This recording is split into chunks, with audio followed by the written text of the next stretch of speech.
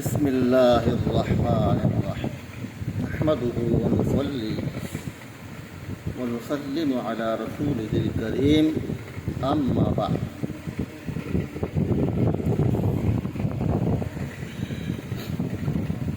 آخری ویڈیو میں آپ سے میں نے کہا تھا انشاءاللہ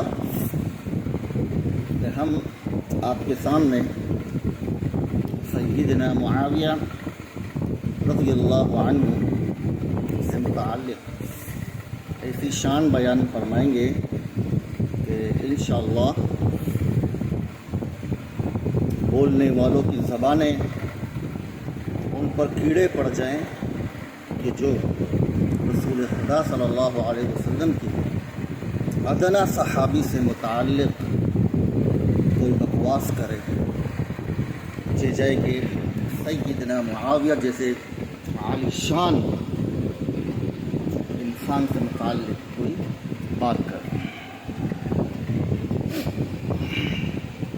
فضیلت دینے والا اس دنیا میں نہ تو میں ہوں نہ آپ ہیں، یقیناً آپ جانتے ہیں یہ بات اللہ تعالیٰ سے متعلق ہے، وہ جسے چاہے عزت دے اور جسے چاہے ذلت دے۔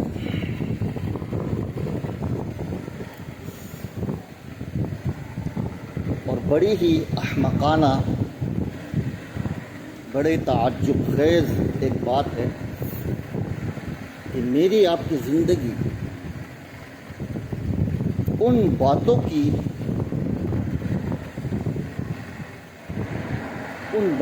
جانب پوری ہو جائے کہ جس کا نہ تو دین سے کوئی تعلق ہے نہ دنیا سے کوئی تعلق ہے، ہاں سوائے ایک افسانے اور کہانی ہے، یعنی سچائی بھی ویسی نہیں کہ جو بیان کی جائے، سچائی بھی برخلاف۔ تو ایسے لوگ روز محشر جب اپنا احتساب کریں گے یا ان کا احتساب کیا جائے گا تو انہیں کیا تکلیف ہوگی، میرے خیال سے کفا بنفسک اليوم علیک حسیبا، اتنی ہی بات ان کے عذاب کے لیے کافی ہے۔ یعنی روز محشر کا جو دن ہے اس کی ہولناکی یقیناً اس سے کوئی بھی جو ہے ناواقف نہیں ہے۔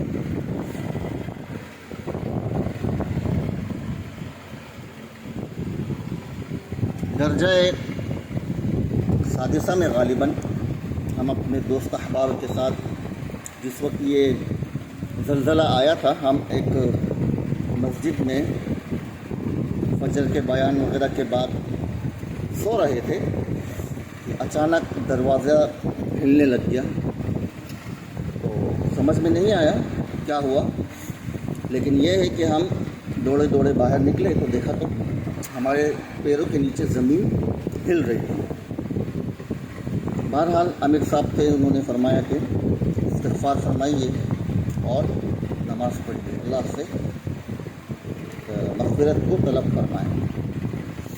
پھر باہر نکلے تو ٹیلی ویژن پر ایک رش جمع ہے، دیکھا تو لمحے بھر میں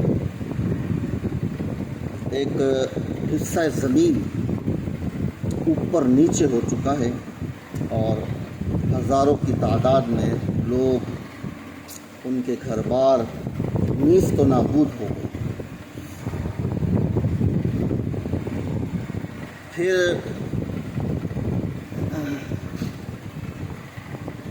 اس کے بعد یہ طاعون جو کورونا کے نام سے آیا، اس کی حقیقت تو اللہ ہی بہتر جانتا ہے کس قدر اس میں کفار کی اموات ہوئی ہیں، کیونکہ مسلمان کے لیے طاعون یہ باعث رحمت ہے۔ کس طرح ہے باعث رحمت؟ یہ تو انشاءاللہ ایک دن ضرور میں آپ سے بیان کروں گا کہ اس رحمت سے کیا مراد ہے۔ لیکن یہاں بہرحال اتنا سنیں کہ جو کچھ سامنے آیا اس کو دیکھ کر جو اندازہ ہوا ہے تو دل کو خوشی ہوئی یہ دیکھ کر، کیونکہ جو اس سے پہلے ان لوگوں نے حشر کیا ہمارے مسلمان بھائیوں کے ساتھ، معصوم بچوں اور خواتین کے ساتھ، تو اس کے بدل میں اللہ تعالیٰ نے جو اس ظلم کا بدلہ ان سے لیا، الحمدللہ پھر شاید ایسا کوئی نہ لے پائے۔ اور میں اللہ تعالیٰ کا بہت بڑا شکر گزار ہوں کہ اللہ تعالیٰ نے ہمارے دلوں کو خوش کر دیا۔ یہی منقول ہے وَيُذْهِبْ غَيْظَ قُلُوبِهِمْ کے ذیل میں، کہ جب کفار پر کوئی مصیبت آئے تو ایسی صورت میں مسلمانوں کے دلوں کا خوش ہونا یہ مسلمان ہونے کی اور اس کے مومن یعنی ایماندار ہونے کی علامت ہے۔ یہ نہیں کہ روتے بیٹھ جائیں، رونا شروع کر دیں کہ کافر مر گیا، وہ ہو گیا، وہ ہو گیا۔ ارے ظالم، اس کافر نے کیا کیا یہ بھی تو ذرا دیکھو۔ بہرحال یہ ایک الگ موضوع ہے، میں بس اتنا ہی آپ سے کہتا ہوں کہ کفار کی مصیبت پر خوش ہونا یہ ایمان کا حصہ ہے، یہ جزء ایمان ہے، سمجھے؟ اتنا نرم دل نہ بنیے کہ کوئی آپ کو بھائی اور بیٹا بن کر قتل کر دے۔ جی ہاں، اس بات کو ہمیشہ ذہن میں رکھو۔ یہ نرم گوشہ صحابہ کی سنت نہیں ہے، میرے نبی کی سنت نہیں ہے۔ اشداء علی الکفار رحماء بینہم، یہاں تو بالکل الٹ ہو گیا ہے کہ ایک شخص جو ہے کفار کی تعریف کرتا ہے اور مسلمان کی برائی کرتا ہے، اور اس میں تو ہمارا بھی ایک بڑا طبقہ شامل ہے۔ تو اللہ کے رسول صلی اللہ علیہ وسلم نے کیا فرمایا؟ میں نے آپ سے پہلے بھی کہا کہ جب تم کفار کے اندر کوئی اچھی چیز دیکھو تو اسے لے لو، کیونکہ وہ آپ کا ورثہ ہے، کفار کا نہیں۔ ان کی تو کوئی حیثیت ہی نہیں ہے اس عالم میں۔ یہ تو ہمارے عرب اور گلف ممالک کے جو شہزادے ہیں یہ بیچارے ناواقف ہیں، انہیں ان بات کا ہوش ہی نہیں ہے کہ یہ اپنے مزے دیے جا رہے ہیں ان کو، کفار کو، اور انہیں معلوم بھی نہیں۔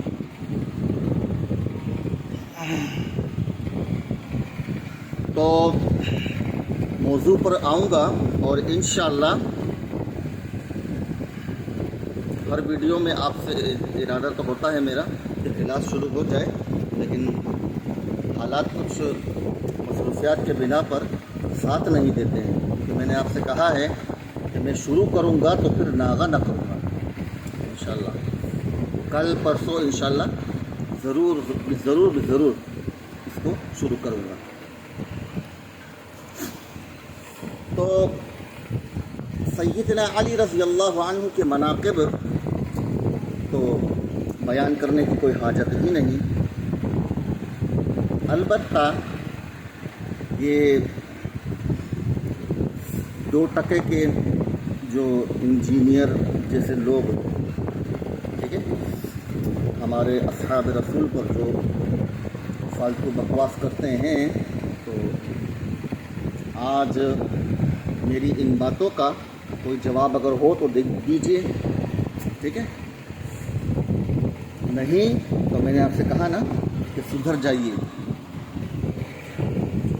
جائیے، اور ہم یہ نہیں کہتے آپ سے کہ آپ ان مجالس کو، اپنی اس دکانداری کو ختم کریں، ضرور کیجیے، لیکن ہمارا دوست بن کر، ہمارا بھائی بن کر، اور ہمارے کہنے کے مطابق، ہمارے طریقے کے مطابق، کیونکہ ہمارا کوئی طریقہ نہیں، ہمارا وہی طریقہ ہے جو جو 1400 سال سے چلا آ رہا ہے رسول خدا صلی اللہ علیہ وسلم کے جانب نسبت کرتے ہوئے۔ تو یہ کوئی نیا طریقہ نہیں ہے بھائی، بیوقوف مت بناؤ لوگوں کو۔ کبھی نماز پڑھ کے دکھا رہے ہو لوگوں کو، ارے 1450 سال گزر گئے ہیں، آپ نماز پڑھنا سکھا رہے ہیں لوگوں کو؟ عجیب بے حیا پاگل انسان ہو آپ، یہ کوئی طریقہ ہے؟ رفع الیدین کر کے دکھا رہے ہیں، یہ تو اولا غیر اولا ہے، میں آپ کو بہت پہلے کہہ چکا ہوں۔ اور مزید ایک بات اور بھی سن لیجئے کہ اگر گھی سیدھی انگلی سے نہ نکلا تو ہم یعنی میں انشاءاللہ انگلی کو ٹیڑھی کرنا خوب جانتا ہوں، اور اتنا ذرہ برابر میرے دل میں کسی قسم کا کوئی خوف، ڈر یا شرم و حیا یہ مجھے چھو کر بھی نہیں گزرتی ہے جب معاملہ اللہ کے دین کا آ جائے، ٹھیک ہے؟ تو دوبارہ چند چیزوں پر بات مت کرنا کہ آج کے بعد سیدنا معاویہ رضی اللہ عنہ کی جو شان میں آپ کے سامنے رکھوں گا اس کو سن لیجیے، ٹھیک ہے؟ اور اگر آپ نے اس کے باوجود یہ اقدام جاری رکھا تو سمجھ لیجئے کہ آپ سے اپوائنٹمنٹ لیے بغیر انشاءاللہ میں آپ کی مجلس میں حاضر ہو جاؤں گا، اور میرے ساتھ بھی کچھ ہوں گے، یہ نہیں کہ میں اکیلا ہوں، میں کافی تو میں اکیلا بھی ہوں اللہ کے فضل سے، اور اس وقت میں سارے میڈیا کو جمع کر دوں گا، یہ یاد رکھیے، ٹھیک ہے؟ اتنا معمولی نہ سمجھنا ہر ایک کو، میں جمع کر کے میں مفتی طارق مسعود صاحب کی طرح آپ کو فون نہیں کروں گا کہ میں آ گیا ہوں اب آ جائیے اور آپ گھر میں بیٹھ کر چھپ کے بیٹھ جائیں گے، ایسا نہیں ہے۔ یہ دین اجتماعی دین ہے، اس میں ہر ایک اپنا حصہ ڈال سکتا ہے، بلغوا عنی ولو آیا کے تحت، لیکن اس کا طریقہ وہ ہونا چاہیے جو ہمارے اسلاف سے، ہمارے اکابر سے منقول ہوگا، اور اگر اس کے خلاف ہوگا تو نہ تو اس سے کوئی فائدہ ہے بلکہ فتنہ ہی فتنہ ہے، ٹھیک ہے؟ ہاں تو میں یہ بیان کر دوں کہ سیدنا علی رضی اللہ عنہ کے مناقب تو آپ خوب جانتے ہیں، اور ماشاءاللہ سے سیدنا معاویہ کے مناقب سے آپ اتنے واقف نہیں، یقیناً جاہل ہیں، بلکہ ایک آدھ حدیث کو لے کر سارا دن اس پر پنڈورا لیے پھرتے ہیں، حالانکہ تمام اصحاب نبی کا تو کوئی ذکر نہیں، جس قدر آپ کو چاہیے بخاری اور مسلم سے حدیث۔ بعض لوگ بڑے بیوقوف ہیں، وہ کہتے ہیں کہ ان کی شان میں احادیث منقول نہیں، تو کیا ہوا بھائی؟ آپ کی شان میں بھی تو منقول نہیں، ٹھیک ہے؟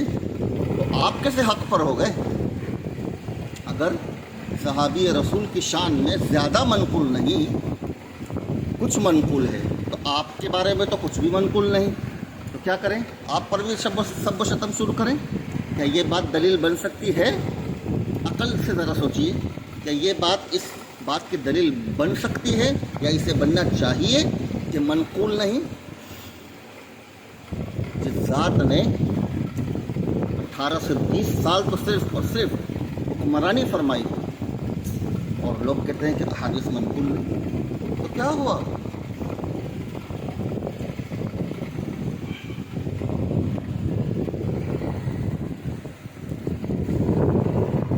سیدنا معاویہ رضی اللہ تعالیٰ عنہ کی والدہ ہندہ نامی جو خاتون تھی، فتح مکہ کے دن انہوں نے ایمان لایا، اور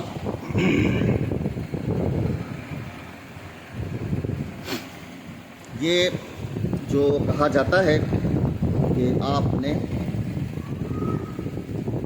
آپ صلی اللہ علیہ وسلم کے چچا سیدنا حمزہ رضی اللہ عنہ کے کلیجے کو چبایا، جسے ایک صحابی رسول جو اس وقت ایمان نہیں لائے تھے انہوں نے ان کو شہید کیا۔ تو اس کا قصہ آپ دیکھ لیجئے کہ وہ چھپ کر، کیونکہ یہ کافر جو ہوتا ہے یہ بزدل ہوتا ہے، یہ فطرتاً بزدل ہوتا ہے، اس میں اتنی ہمت نہیں تھی، اسی لیے رسول اللہ صلی اللہ علیہ وسلم نے فرمایا کہ مجھے وہ قصہ سناؤ۔ کیوں؟ کیونکہ وہ شیر خدا تھا سیدنا حمزہ۔ کیسے ہو سکتا ہے کہ تم نے سیدنا حمزہ کو شہید کیا ہو؟ کیونکہ وہ شیر کی طرح انسان تھا۔ تو انہوں نے جو قصہ بتایا تو وہ کتابوں میں منقول ہے کہ چھپ کر جو ہے نیزے سے ان پر وار کیا۔ بہرحال آپ کی شہادت ہوئی، اللہ نے آپ کو شہادت کا درجہ دیا، اور ہم سب اللہ تعالیٰ سے دعا گو ہیں، اللہم ارزقنا شہادتا فی سبیلک یا رب، اللہم ارزقنا شہادتا فی سبیلک یا رب۔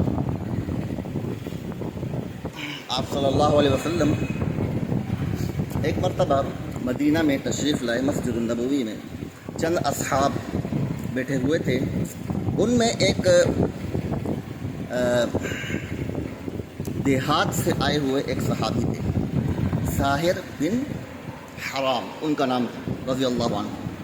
تو آپ صلی اللہ علیہ وسلم پیچھے سے آ کے ان کو ایسے چمٹ گئے اور آنکھوں پر ہاتھ رکھ دیا اور فرمایا من یشتری ھذا الغلام، من یشتری ھذا الغلام۔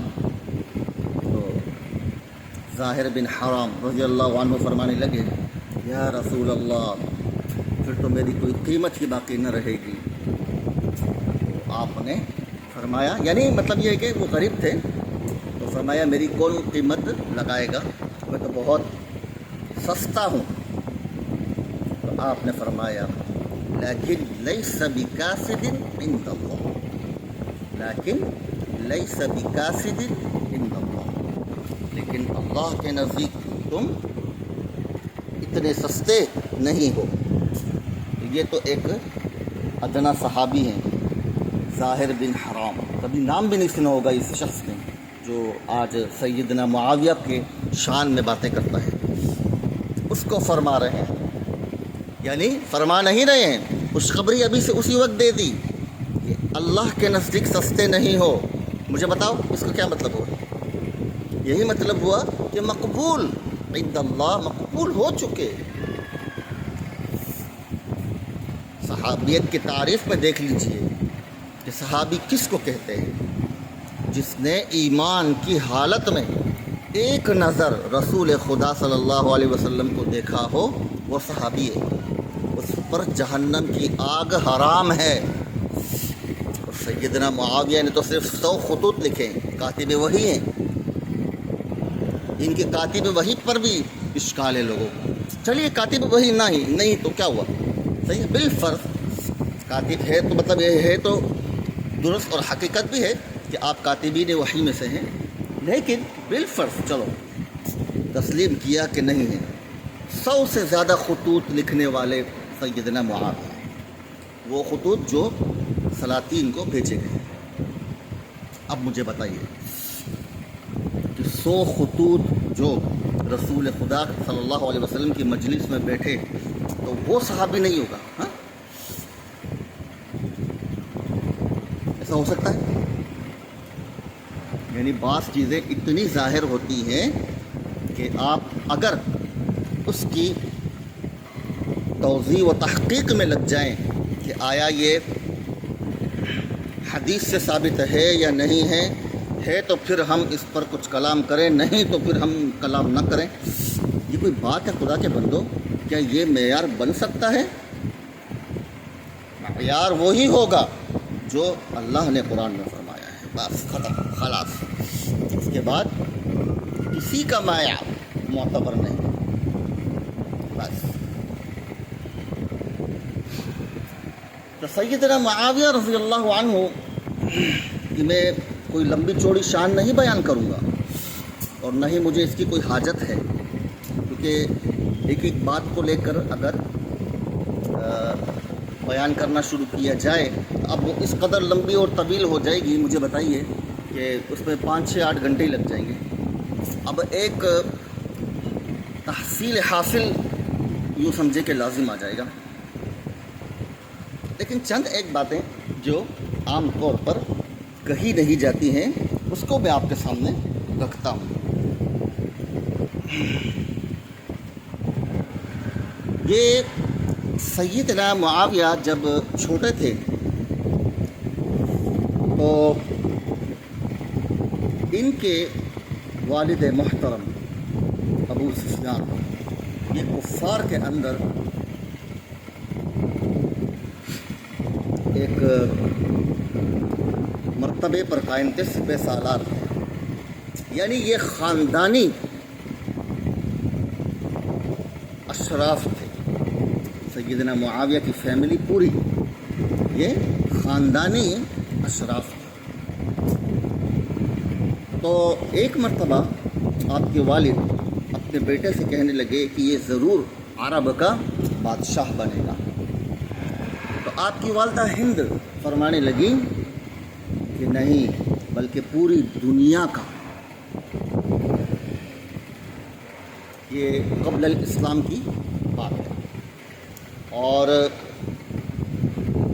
رسول اللہ صلی اللہ علیہ وسلم کا جب بھی معرکہ ہوا کفار سے، تو ابو سفیان جب تک اسلام میں داخل نہ ہوئے تھے تو یہ اس قدر بہادر اور غور و فکر کے حامل انسان تھے، یعنی جسے چالاکی کہتے ہیں، کیونکہ جنگ کیا ہے، نام ہے دھوکے بازی کا، یعنی کسی کو دھوکہ دے کر اس پر غالب آنا، یہ جنگ کا جنگ کی ایک تعریف سمجھنے کے لیے۔ تو جتنی بھی جنگیں ہوئیں اس میں جب سیدنا ابو سفیان قائد کی حیثیت سے تھے تو اس جنگ کو جیتنے میں ذرا مشکل پیش آئی، کہ یہ بڑے مطلب اس سے ایک پلاننگ کے ساتھ جنگ کیا کرتے تھے۔ بہرحال آپ کی والدہ سیدہ ہند رضی اللہ عنہا فتح مکہ کے دن اپنے شوہر ابو سفیان سے کہنے لگی کہ اريد ان ابايع محمدا، اريد ان ابايع محمدا۔ تو وہ کہنے لگے کل تو آپ ان کے بارے میں فرما رہی تھی ایسا اور ویسا، ایسا اور ویسا، اور آج آپ کو ایمان لانے کی بات کہہ رہی ہیں۔ تو فرمانے لگی